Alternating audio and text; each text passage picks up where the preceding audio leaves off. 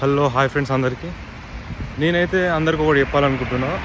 ఏంటంటే నాకు ఒక తమ్ముడు అయితే ఫోన్ చేసి ఇన్స్టాగ్రామ్ నుండి ఫోన్ చేసి అన్న అన్నది బెట్టింగ్ వల్ల 92,000 అయితే పోయినాయి అన్న, అవి మా నాన్నకి తెలియకుండా అవి ఖర్చు పెట్టినా అన్న, మా అక్క పెళ్ళి కోసం జమ చేసిండు మా నాన్న, ఇప్పుడు అవి ఎట్లా కట్టడం అన్న అని నన్ను అడుగుతుండే.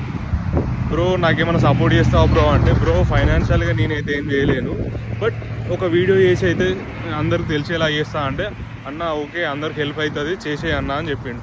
బట్ మనోడు ఎట్లా ఎఫెక్ట్ అయిందట అంటే, వర్ష అనే ఇన్ఫ్లుయెన్సర్ వల్ల ఎఫెక్ట్ అయిందట. ఆమె వీడియో చూసే మనోడు బెట్టింగ్ పెట్టిండట, వస్తాయేమో అనుకొని పెట్టిండట, బట్ అన్నీ డబ్బులు వేయనాయట. సో ఇట్లా ఇన్ఫ్లుయెన్స్ చేసుడు బంద్ చేయరు అక్క. మీరు బెట్టింగ్ గురించి పెట్టుమని ఇన్ఫ్లుయెన్స్ చేసి బంద్ చేసి ప్లీజ్ కొంచెం బెట్టింగ్ మానేసి చేంజ్ చేయాలా వీడియోస్ చేయండి, అవి అందరికి హెల్ప్ఫుల్ అవుతాయి.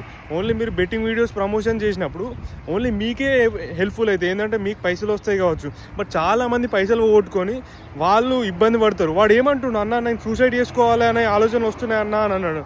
సో అది అనేసరికి నాకు గుండె పగిలినట్టు అయింది. మీకు కొంచెం కూడా మానవత్వం మనిషిలాగా అనిపించదు అసలు.